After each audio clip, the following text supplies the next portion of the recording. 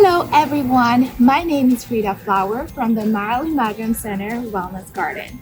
Today we are going to talk about lemon balm. Lemon balm is originally from Southern Europe. It was very well used in Spain, and through colonization it was brought to the whole world. Lemon balm belongs to the family of mint. This means that when you plant it, it will spread. With that said, it also needs a very well-drained soil and partial shade.